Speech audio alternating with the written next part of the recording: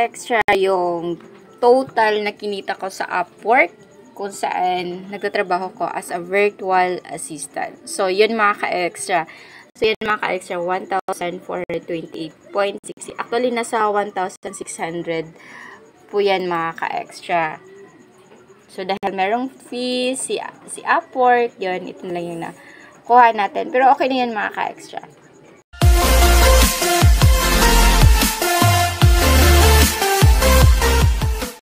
Dahil kapag nag-apply ka ng virtual assistant, kailangan mo ng resume at cover letter. So, focus muna tayo sa resume. So, dito sa education, mga ka-extra. So, experience ko yan. So, ito yung bagong resume. So, yan mga ka-extra. Yung education ko, ginamit ko lang talaga is Allison.com. So, ito yung napag-aralan ko sa Allison na sinecertify ko siya gamit yung mga certificates na nakuha ko sa Allison. So, yun mga ka-extra, Diploma in Marketing Management, Diploma in Cryptocurrency and Blockchain, at etc. So, meron din siyang Customer Service, Diploma in Administrative Support, yun mga ka-extra, which is gamit ko talaga siya nung in-apply ko yan sa aking pagtatrabaho. So, ito yung website ng Allison, allison.com. So, may ilalagay ko lang yung link sa description box para direct na kayong makapag-enroll or makapag-join dito sa Allison. So, ang kagandahan dito sa Allison mga ka-extra, while you are studying, pwede ka rin kumita. So, let's focus muna doon sa study. So, yun mga ka-extra. So, yung, for example, di ba nakita nyo yung Diploma in Customer Service, Diploma in Administrative Support. So, yun mga ka-extra. Yan, pinag-aralan ko yan dyan sa Allison. So, ilang oras lang ba yung Administrative Assistant? Search natin, Administrative Assistant. So, pasensya na kayo kung medyo, magalaw. So, ito yung mga ka-extra, yung mga courses ng Allison. So, how to become an administrative assistant. So, yun, business management and administration. So, actually mga ka-extra, wala kayong babayaran kapag nag-aaral kayo. So, dito, meron siyang administrative assistant training, executive assistant skills, meron din siyang how to become an executive personal assistant. So, ilang oras lang yan? 2 to 3 hours lang yan pag-aralan mga ka-extra. 2 to 3 hours. So, maraming ding mga enrolls dito mga ka-extra. So, ngayon, ang tanong, magagamit ko ba talaga itong courses ko na pag-aralan ko sa Allison? Yes, mga ka-extra. Kasi, punta tayo sa aking dashboard.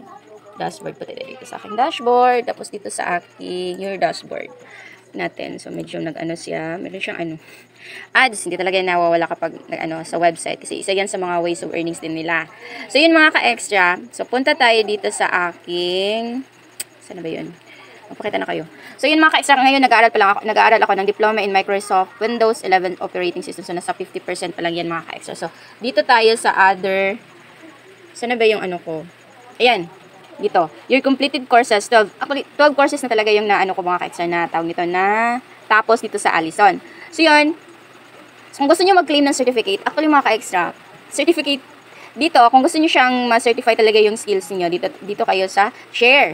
So, gawa kayo ng account ng sa Allison, tapos gumawa kayo ng account sa LinkedIn. So, for example, dito mga ka-extra, nag-aral ako ng administrative support. Yan, mga ka-extra. Add to LinkedIn. So, gagawa ako ng account ng LinkedIn o meron akong account na sa LinkedIn. At yan, mga ka-extra, ay makikita na agad yan sa aking account. Doon sa LinkedIn. So, di ko na siya mga ka-extra. Yan. Ito yung credential ID, which is certify ka na nakapagtapos ka talaga sa Allison. No? So, ito yung, so mag-a-add ka lang ng skills dyan, administrative skills, yan, media, ganun. So, tapos, yan. Ito mga ka-extra, so, makikita dito sa profile ko, mga ka-extra, yung natapos ko, dito, education, dito sa LinkedIn. Kasi, ang LinkedIn kasi mga ka-extra, ang LinkedIn is, ginagamit natin yan, pwede natin gamitin yan doon sa ating pag-apply ng trabaho. At pwede ka rin makapag-apply ng trabaho dito mga ka-extra. Sa LinkedIn, dito makikita lahat yung mga certifications ko sa education.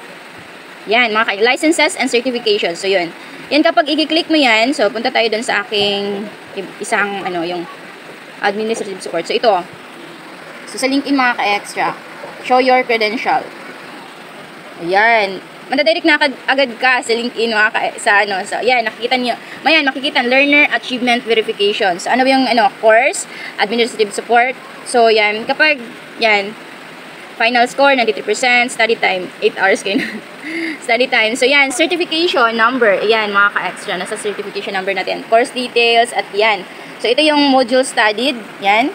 So yan mga ka-extra, free lang siya, wala kayong babayaran mga ka-extra. Pero mga ka-extra, Kung gusto niyo makuha yung certificate na yan, at gusto niyo meron kayong remembrance, or sige, claim niyo lang. Tapos, babayaran niyo lang siya in the, yan, at magpapadala sila ng, ano siya, syempre, hindi naman, wala namang libre ngayon na, ano, no, ipiprint nila yan.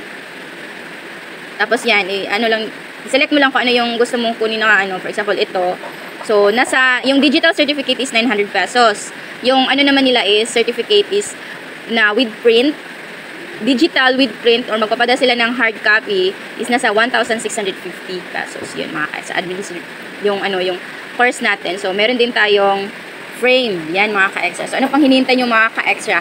Mag-enroll na kayo, or mag-enroll na kayo dito sa Allison ng mga courses, or mag-sign in na kayo, or gumawa kayo ng account dito sa Allison para ay makapag-earn. So, then, let's talk about also then sa paano kumita dito, mga ka-extra. So, kapag nakapag-sign in na kayo dito sa Allison, pwede po kayong, ano po, pwede po kayong sumali sa kanilang affiliates, quick link, sa kanilang affiliate program. So, sign in lang kayo, tapos join lang kayo sa affiliates nila. Tapos, ay kikita na kayo kapag nag-share kayo ng mga courses na nasa website. So, yun, mga ka-extra, pwede po kayong pwede nyo i-share yung administrative support at iba't ibang courses, hindi lang yan, mga ka-extra. Marami pa talagang courses yan, mga ka-extra. Nasa 4,000 courses po yan, mga ka-extra.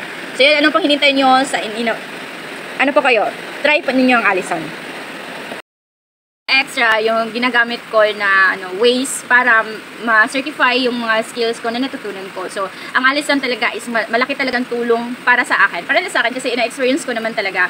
Kasi through Allison, nakaland ako ng trabaho, nakahanap ako ng trabaho dahil sa pag-aral ko doon na libre lang siya, wala akong ano. So, kung gusto niyo makuha yung certificate niyo or so nasa sa inyo na yan. Pero sa akin, ginamit ko lang talaga ang ways paano ma-certify yung skills na natutunan ko sa Allison. At yun nga, napakalaking tulong po talaga ng Allison sa akin kasi yun, nakahanap ako ng trabaho na isang virtual assistant. So yun, libre lang siya, wala kayong babayaran. Kung gusto niyo talagang kumita or mag-aral ng libre, nasa Allison po talaga. So kung ano pang hinihintay niyo, grab the opportunity na makapag-aral kayo ng libre kasi talaga sa panahon ngayon, unlimited yung information para po kumita tayo. So yun, mga ka-extra. That's all. Thank you and God bless everyone. And sana ay may natutunan po kayo sa mga video na to. At sana po ay mag-subscribe po kayo sa more videos na tungkol sa virtual assistant. No? So sana ay nakatulong po itong maliit na video na to at na-encourage kayo na mag-aral sa Allison at i-certify yung mga skills or madagdagan yung mga skills ninyo